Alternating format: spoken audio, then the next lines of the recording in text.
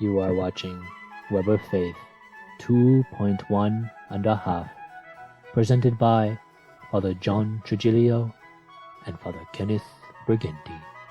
We are happy that you will be joining us. And now, without further ado, Father John Trujillo and Father Kenneth Briganti. Hello, and welcome to this special edition of Web of Faith 2.1 and a half. My name is Father Kenneth Briganti, and I am the pastor of St. Mary Magdalene de Pazzi Parish here in Flemington, New Jersey. And I am joined by my esteemed colleague. Yes, Father John Trujillo, Diocese of Harrisburg, Pennsylvania, and Director of Pastoral Formation at Mount St. Mary's Seminary in Emmitsburg, Maryland. Our regular Web of Faith always airs on EWTN at 11 p.m. Eastern Standard Time on Saturday evenings. But since we're all quarantined with the coronavirus, we have nothing better to do but to answer your questions. So the email will be put up during the course of the show. So if you have any questions for us, please email them in, and Father John Trujillo and myself will be happy to answer them for you. Anyways, we have a question here for you, Father Trujillo. Okay, I'm ready to go. It says, Dear Father John, thank you for all you do for EWTN and for all of us here out in TV land.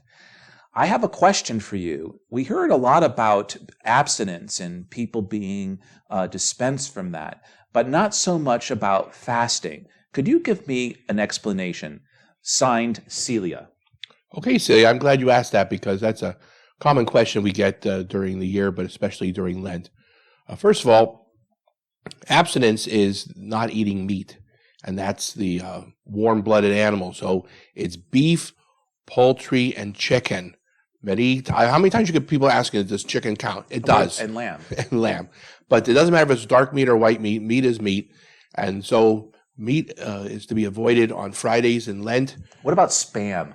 Is that meat? That's something that should be buried with a hazmat suit, the nasty stuff. I think that could live through the coronavirus. I had it once, and then I remember them talking about it on Monty Python's Flying Circus. So no meat on Ash Wednesday, all the Fridays of Lent, and especially a Good Friday. And that the people who are bound by that for abstinence, anyone over the age of 14 all the way until natural death. There is no cutoff point. Now, of course, if your doctor insists that you have to have certain proteins and meat, then you are dispensed, or if you're local bishop, and we'll get to that in a moment. Fasting, however, is that you eat one full meal and two smaller ones, which if you combine the two smaller ones would not equal the one large meal. It does not mean bread and water. It does not mean you do not eat anything at all. When you go to the doctor and you need a blood test the next day, that's a blood fast where you cannot eat anything at all except maybe drink one glass of water if you're lucky. But many times when people have to get a test done, that's the kind of fasting they think of. In the spiritual realm, it's a little different, it's a little modified, and it's a lot more manageable. Now, you can obviously go a little bit further than that if you want, but what the church requires is that you have one full meal, no snacks, and two smaller ones. And that's for everyone between the ages of 18 and 59 inclusive. So once you hit that magic number 60, and some of us are getting closer to that than others, I have one more year. then you are no longer obligated to fast, but you obviously can do it on your own. And it's on Ash Wednesday and Good Friday are the 2 days that the church asks us to fast. Now, and I also want to point out the medical exemptions are, again, automatic. If you're a pregnant woman, if you are diabetic, hypoglycemic, if you have to take medicine during the day that says take with food, then you are dispensed. But if you're robust, healthy, and this is the right time of year, like during Lent, then you should follow the church's law, unless, of course, the bishop dispenses you. Now, and which brings us to abstinence. Of course, during the coronavirus, our diocese, our bishop, the Diocese of Metuchen, has taken to abstaining from meat during the Fridays of Lent, taken that regulation away. So because he understands hardship, except for Good Friday, because that's a universal church law. So Good Friday is still an abstinence day as well as a fast day. So that day you cannot have any meat. But the other Fridays you can. Now, even on the days that we're abstaining from meat, we shouldn't be having lobster and things of that nature too. I mean, there should be some sort of a penance and sacrifice, even though it's fish or it's a shellfish and you can have it. But there should be a spirit to it. It's penitential. Yeah. Unless of course you don't like shellfish. Because I'm going to give you a story out there. As you know, I used to be in the seminary teaching, and so Holy Week I would be home in Connecticut.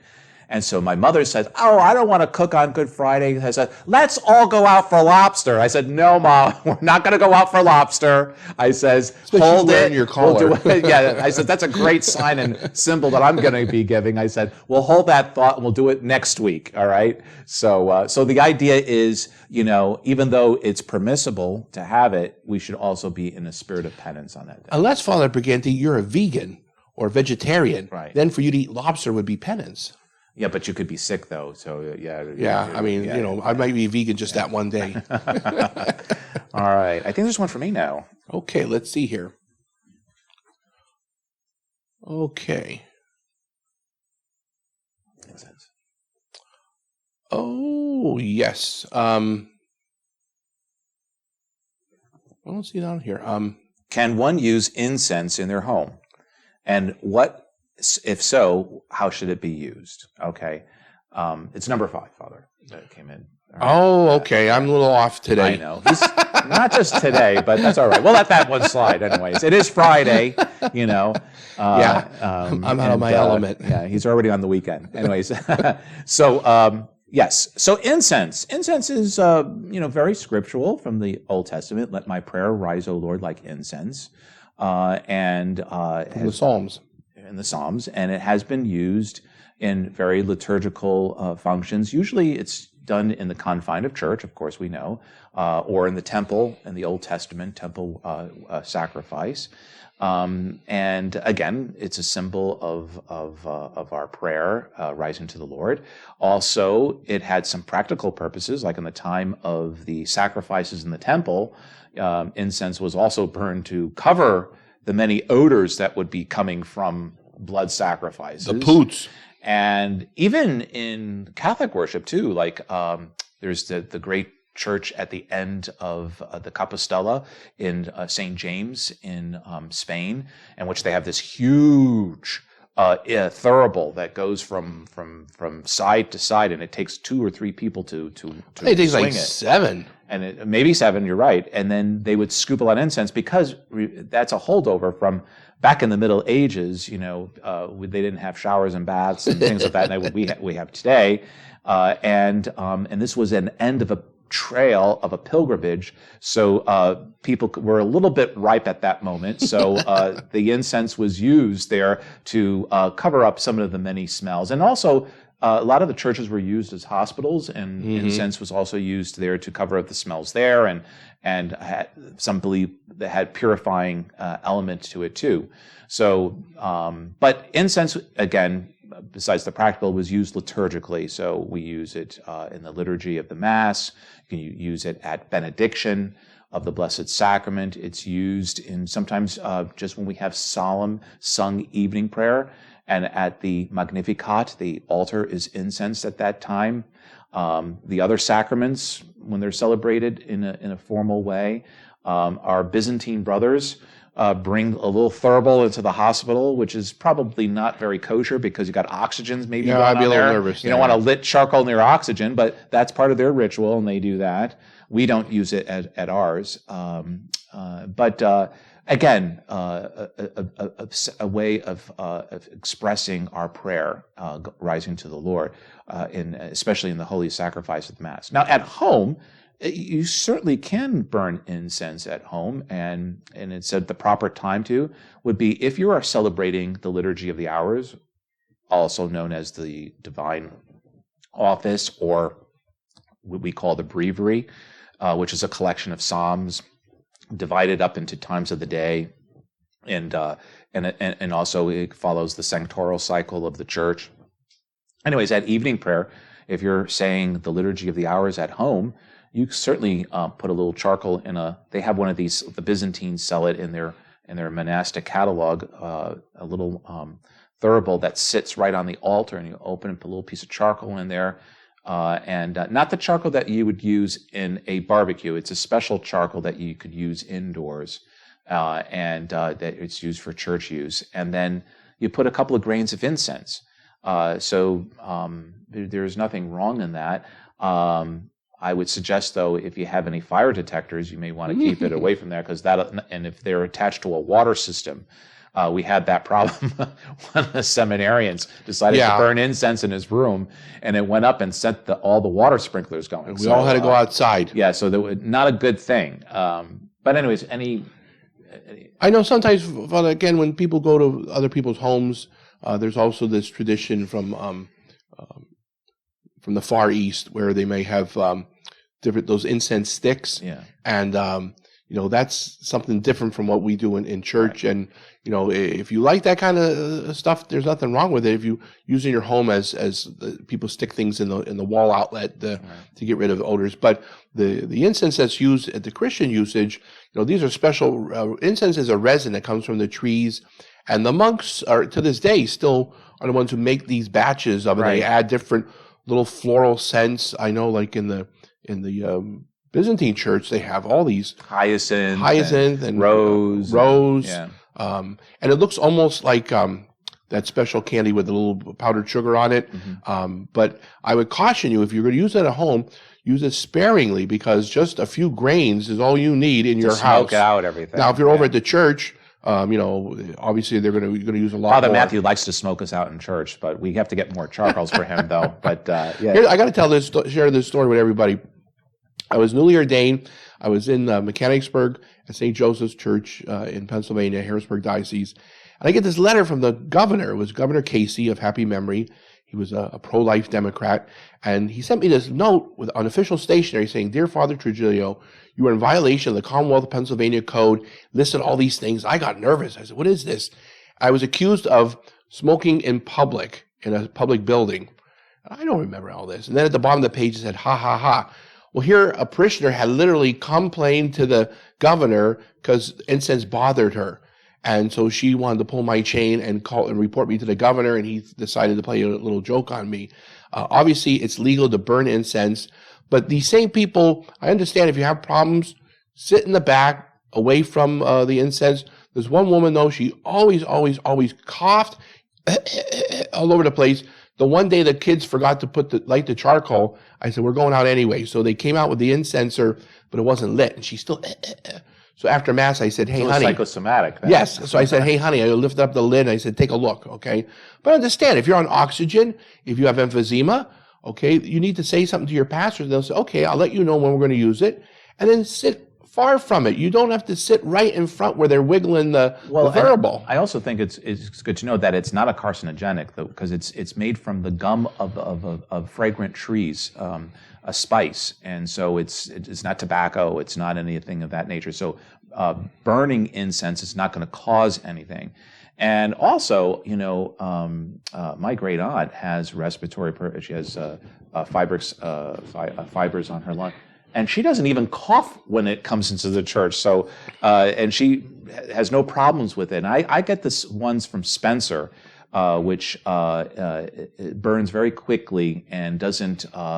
Some of those pellets from the Byzantines, they have an after smell to it. Oh, yeah, after they burn, yeah. But this one here burns very quickly, and we use it every Sunday when we have normal Mass schedule. At the 10:30 solemn Mass, we have incense at all four parts, which is at the beginning when we incense the altar, at the introit, at the Gospel verse, at the offertory, and then also at the consecration, at the elevation of the host and chalice. And nobody coughs because it's something that's done every Sunday, even during the summer. And again, it's high quality, so you're not. Some of those cheaper incense, they have put sandalwood in there and other things, and that's sawdust. That's what you're choking on. This is high quality. It's made by the monks in Spencer, and so really, nobody has an issue. If those do or afraid, they usually go to one of the other liturgies. If you're a Byzantine Catholic, you're going to get a lot more of it than we use in the Latin Rite. So our people it's like a little temptation there compared to the full blast you get in the Byzantine Church. So I guess you got more of an answer on incense than you thought. Anyways, we have another great, and incense is covered in the Catholicism for Dummies book, by the way, under different times of sacramentals and yes, and liturgical use in there. So, and also our Catholic Mass for Dummies, which gives a more explanation on the Mass and on that. So you can find more out on that as well. It's good resources to have in your home. Here's one for you, dear Father John. Thank you for all you do for the evangelization. I have a question though. How did the two of you become friends? Well, that's a story and a half. I met Father Briganti in 1983. That's Father before Marinelli many wasn't people born. were born. Parents As were the seminarians married. always remind us. Yeah, that's in the prehistoric Jurassic age. So it was 1983. Which is before computer, before cell phones, if you think of it, right? Mm-hmm. So it was 1983. It was a Holy Apostles Seminary in Cromwell, Connecticut. And I was doing my first year of theology. I was undergraduate. Father Briganti was his fourth year college seminary. And from there, we became friends. And then we were assigned to the same other seminary for a few years. And then we were both ordained in 1988, 2 weeks apart. But I had the great privilege of deaconing at your ordination. Yes, because I was ordained the 14th of May. He was ordained the 28th of May. And we needed a transitional deacon, but our transitional deacons were being ordained priests. So we didn't have a transitional deacon from the diocese. And so I said, well, I know somebody that is a transitional deacon at that moment. And so we got Father Briganti to be the deacon at our Mass with the permanent deacon. And he got better pictures than I did. I have great pictures better of pictures them. than Yes, I got. I do. This is him true. and Cardinal Keeler, and they have nice shots and now, and I'm like at the end of the line somewhere. But we've been friends since 83 and been ordained 32 years now. And he helped me when I was a pastor for 16 years in Marysville and Duncannon.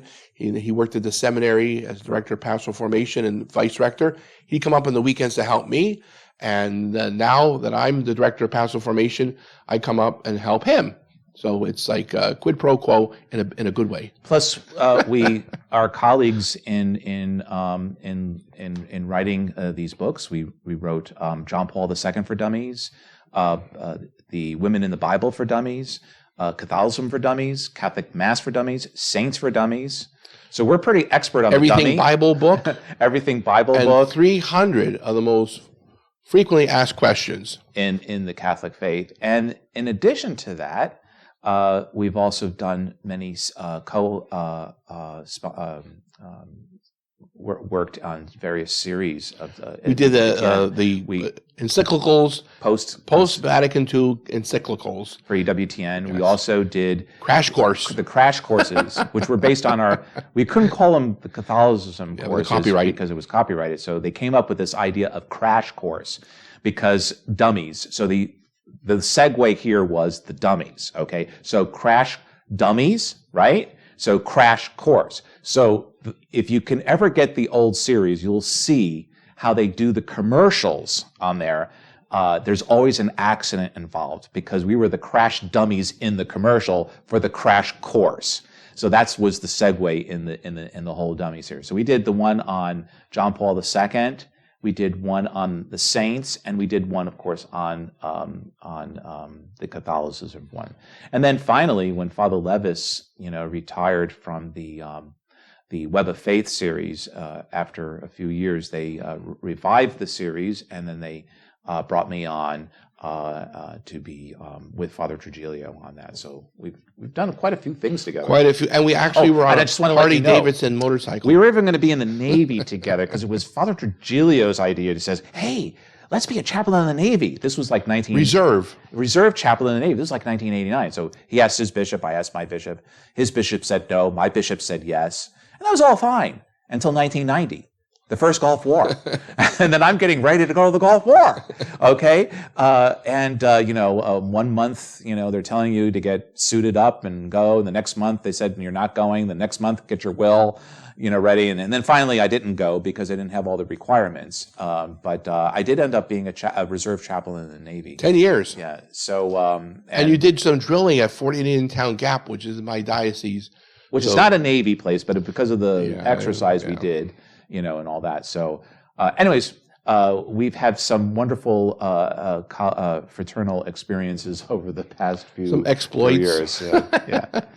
All right. And we got to meet Pope Benedict, remember? We gave him a copy of our book, Pope John Paul II for Dummies, and we had a special hardbound edition. We presented it to him. He and I, Bishop Rhodes, got us and he spent 5 minutes with us, which was and Archbishop Gunschwein had his umbrella over him. That was his official job there at the time. And then like a few months later, the Pope came out with his own version of John Paul II. So we always wonder, did he borrow any of our material? I'm wondering. Yeah. Of course not. We're only teasing out there. Always. Okay. Let's see. Oh, here's one for you, Father Genti. Father Ken, I feel that watching the Mass live stream better than watching the tape video because I kneel for consecration. While I can see the priest raising the host and the chalice at the consecration on the video, I know it's really being raised at the altar in real time. While watching a recorded video after the fact, it doesn't seem right or as valid. Is there truth to this? Does it make sense? And that's from Monica. Well, Monica, I think we have to go back to when the radio first came in. Marconi, Italian guy. He invented the radio, and the Pope at the time, I don't know if it was Pius X or the 11th, one of the two, blessed the first radio and waves. And of course, in blessing it, programs are going to be deferred. Even the Mass, the papal Mass, would be deferred if it was being on the airwaves sometimes, and so there is no stipulation whether it's better or not to be at let's say the Mass is being live, or if it is repeated during the day. It's still media that you're using, and it's still going over the airwaves, so it's not like you're physically present there, but it's a way to you to be present, especially in this time of the coronavirus in which you can't go to Mass. It's a way to attend Mass at home, or if you're sick and infirmed, as always, EWTN always had the Mass on for those people as well. But whether it's live or whether it comes on later in the day, it's the same type of media going through, and so therefore there is no better or worse for that. So I would have to say, if you didn't catch the Mass in the morning at 8 a.m., but caught it a little bit later in the day, it's still equally as valid and equally as solemn as you did at live stream. Yes, and obviously, the best scenario would be if you could be physically there, but during this coronavirus crisis, and even like when the Holy Father gives his Urbi et Orbe blessing. By the way, is going to be on Friday, 6 p.m. Rome time, 1 p.m., which has probably just happened right now, Eastern Standard Time. But you probably can catch it later. That's right. So if you missed it, when you watch it for the first time, you're able to get the plenary indulgence.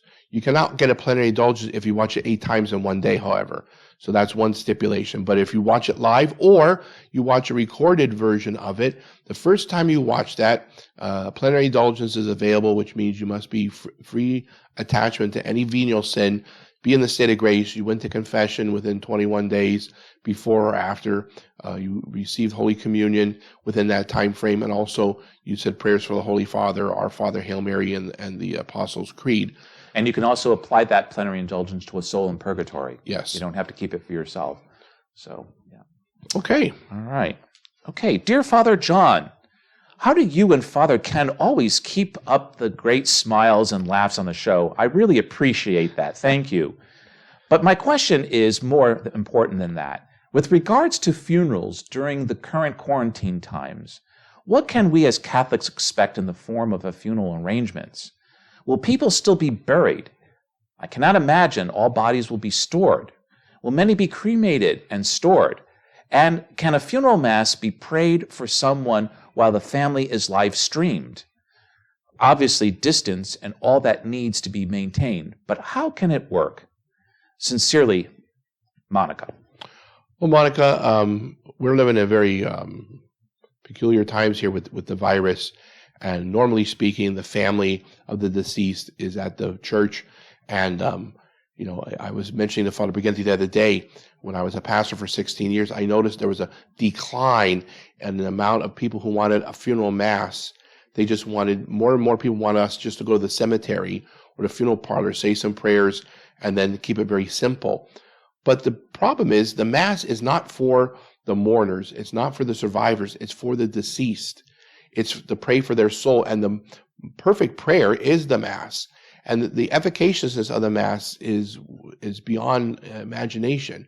So to deny that departed soul the mass would be an injustice. Now, even if nobody could show up, when my mother passed away, we had a blizzard in Erie, and it was minus 17, not wind chill, but with the temperature. The snow was going horizontally, and only about 20 of our relatives were able to show up. To live in Erie, Pennsylvania. Yeah, 8 feet of snow my brother had 2 years ago. So in that case, obviously not everybody could make it. In these times now, if the priest or the undertaker, they have prayers said at the cemetery, if it's able to be done. Some places you have to wait, because like in the wintertime, the ground may be frozen. Right now, some states have a moratorium on burial. The most important thing is have a mass said for the deceased, and of course a memorial mass. Most of the masses that you see in your bulletin are for deceased souls. There's a wonderful tradition in the Italian community, a month after the person passes away, to have a mass said. But these can be said anytime during the year. Don't be afraid, don't be worried if somebody passes away during this crisis and they're not able to have a funeral mass. They will be buried at some point, and you can still have a mass offered for their soul. And it's very important to note, too, that in cremains, you're not allowed to keep them on grandma or mom and dad up on the fireplace mantle. You are supposed to bury them in sacred ground at a respectable time. Now, obviously, now everything's being held up because of this situation. But if in normal times, what would happen if you decide to be cremated, there was two options. One, you brought the body into the church, you had the mass, then went to the crematorium, and then buried right when the ashes came back. Now we've been seeing that the cremains are being brought into the church, and then from the church then to be either interred in a niche or be buried in the ground. Intact. Intact, yeah. You're not. That's another thing too. You can't divide up the ashes, and some funeral homes have these amulets that you put ashes in. They're pagan. So it's important to know that the body has to be intact, or the ashes, I should say, intact, and it should be done within a relatively quick time. We know at this time of the coronavirus, it might not be prohibited, but in normal circumstances, it should take place all within a very short time. No scattering, and you can also be buried at sea, but intact. Right. There has to be in a container. It can't be spread like JFK Jr. No, that was not right. Yeah, that wasn't correct. Well, we've come to a conclusion of No. Yes. Of not only a episode, but for the week. And we will continue on Monday, our series. And we'd like to give a big shout out and thank you to our producer, our director, and our technician, all the same person, Father Matthew Marinelli. He's the reason why this is coming to you in such good quality. So we thank him very much.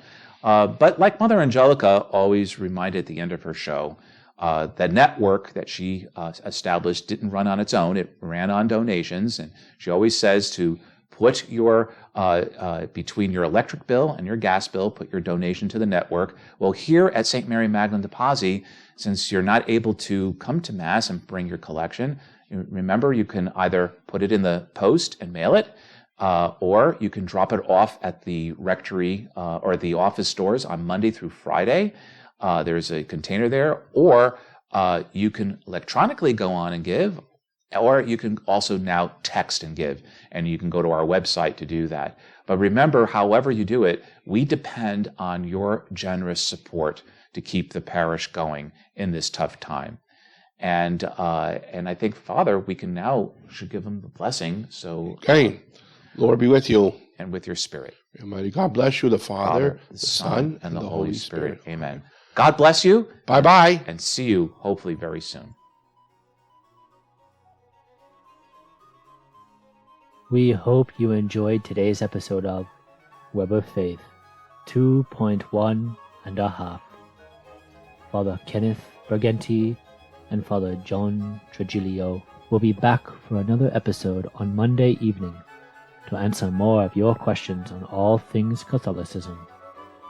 Until then, please be aware of the schedule for Holy Mass, the Adoration of the Blessed Sacrament, and the Sacrament of Reconciliation. Holy Mass will be broadcasted live on Facebook at 8 a.m. Additionally, there will be a 12 noon Mass in Spanish broadcasted live on Facebook. Adoration of the Blessed Sacrament will be from 9 a.m. to 3 p.m. Consider taking time out of your Sunday to visit our Blessed Lord. And there will be confession available from 9:30 a.m. to 10 a.m. and 2 p.m. to 2:30 p.m.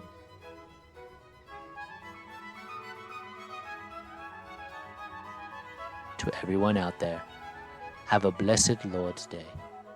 May God bless you, and God love you.